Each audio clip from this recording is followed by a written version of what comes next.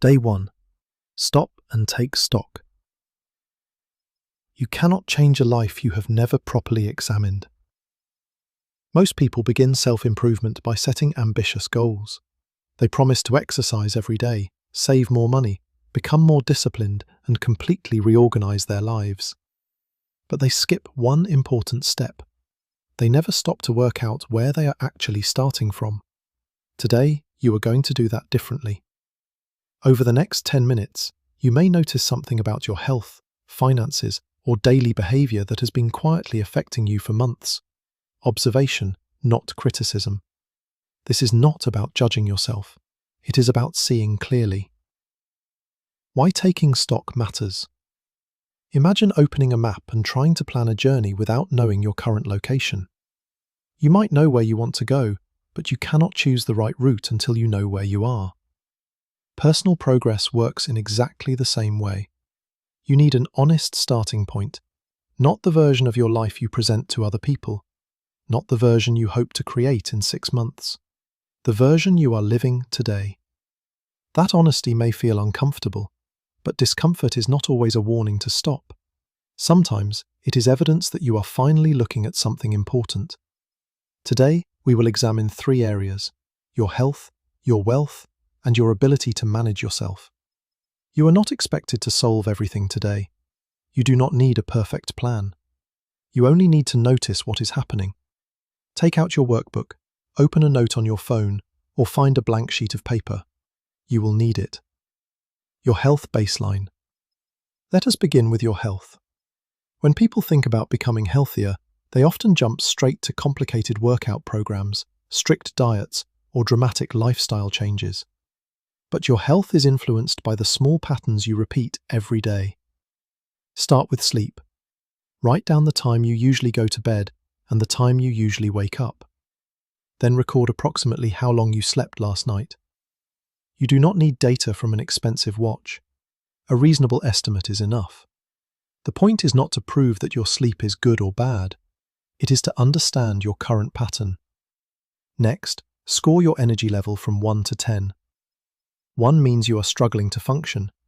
10 means you feel alert, capable, and ready for the day. Be honest. A 6 is not a failure. A 3 is not a character flaw. It is information. Now score your current stress level from 1 to 10. Stress can become so familiar that we stop noticing it. Tight shoulders, racing thoughts, irritability, and constant tiredness can begin to feel normal. Writing down a number forces you to pause and recognize what your body and mind may already be telling you. Now consider movement. How many days each week do you intentionally move your body? That could include structured exercise, walking, swimming, cycling, gardening, or another activity that raises your level of movement. Do not count what you think you should do. Record what you actually do. Finally, note any health condition, injury, or physical limitation that should influence your activity choices. This is important. Progress does not come from ignoring your body or forcing yourself through inappropriate exercise. It comes from choosing activity that is safe, sustainable, and suitable for you. Where necessary, seek advice from an appropriate medical or healthcare professional before changing your activity level. Now choose one realistic daily movement action. Not an extreme challenge. Not an hour-long workout you already suspect you will avoid. Choose something small enough to repeat. For example, after I finish lunch, I will walk for 10 minutes. Notice how specific that is. It identifies the activity, the duration, and the cue that will trigger it. Finishing lunch already happens. The walk becomes attached to that existing routine. This is far more effective than saying, I will try to exercise more. Choose your own cue. It might be after your morning coffee, when you arrive home from work, or before you sit down to watch television. Then choose a consistent time to begin winding down in the evening.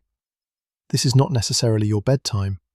It is the time when you start reducing stimulation and preparing your mind and body for sleep. My wind down time is... Pause now and write down your health baseline, your daily movement action, and your evening wind down time. Your wealth baseline. Now we move to money. For many people, this will be the section they feel tempted to avoid. Money can create anxiety, embarrassment, frustration, and even shame. Sometimes it feels easier not to look, but avoiding a financial problem does not freeze it. It simply allows it to continue without your attention. Start by rating your current financial confidence from 1 to 10. This is not a measure of how much money you have. Someone with a high income may still feel completely out of control. Someone with a modest income may feel organized and secure. You are measuring confidence, not status.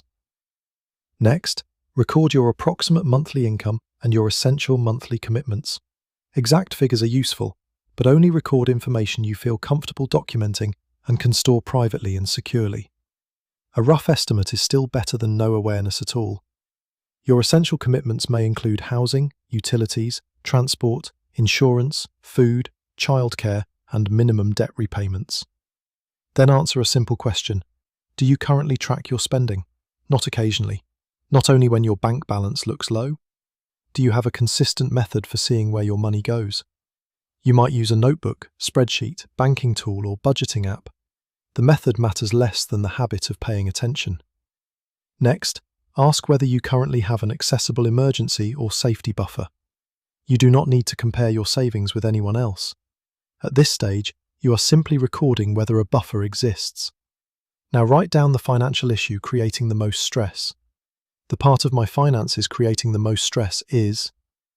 Be specific. The issue may not be comfortable to acknowledge, but naming a problem makes it easier to address. Remember, today is not about choosing investments, financial products, or complicated strategies. It is about visibility. Even a basic overview can reveal the difference between a genuine income problem, a spending problem, an organization problem, or a mixture of all three. And here is something many people discover. Uncertainty often creates more stress than the numbers themselves. Once you can see the situation, you can begin making deliberate decisions. Pause now and complete your wealth baseline. Do not try to fix every number, just record what is true. Clarity before strategy. Your self-management baseline. The final section is about how you manage yourself. This may be the most revealing part of today's exercise. Score yourself from 1 to 10 in 6 areas. First, focus. How well can you direct your attention towards something important without being constantly pulled away? Second, follow through. How often do you complete what you said you would do? Third, personal boundaries. Can you protect your time, energy, and priorities, or do other people's demands regularly take control? Fourth, control over your time. Does your day reflect your priorities, or do you spend most of it reacting? Fifth, confidence in your current direction. Even when progress is slow, do you feel that you are moving towards the right life? And sixth, your ability to recover after an unproductive day. That final score matters more than many people realize. Anyone can have a difficult day. You might miss a workout, overspend, lose focus, or waste an evening scrolling through your phone. The real danger is not the bad day. It is turning one bad day into a bad week because you decide you have already failed. Progress is not determined by never losing momentum. It is determined by how quickly you restart. Reset. Do not abandon. A person who recovers the next morning will usually make more progress than someone who follows a perfect routine for 10 days and then disappears for 3 months. Your low scores are not evidence that you are incapable. They are signposts. They show you where you may need better systems, clearer boundaries, more support, or a simpler plan. Now complete this sentence. The part of my life that currently feels most difficult to control is... Do not rush your answer. The first response may be something broad, such as work, money, or health. Go slightly deeper. What specifically feels out of control? Your workload? Your spending? Your evenings? Your emotions? Your sleep? Your ability to say no? Write down the answer that feels most honest. Create your week 1 win plan. You now have a starting point. The next step is to turn awareness into a small amount of action. You are going to create your week 1 win plan. Complete these 4 statements. Health commitment. I will. This could be, I will walk for 10 minutes after lunch. Wealth commitment. I will record my spending using. Choose one method: a notebook, spreadsheet, banking tool, or budgeting app. Self-commitment. I will reflect each evening at. Choose a specific time. For example, I will reflect for 5 minutes at 8:30 each evening. Finally, complete this sentence. My reason for completing this week is. This is your personal reason.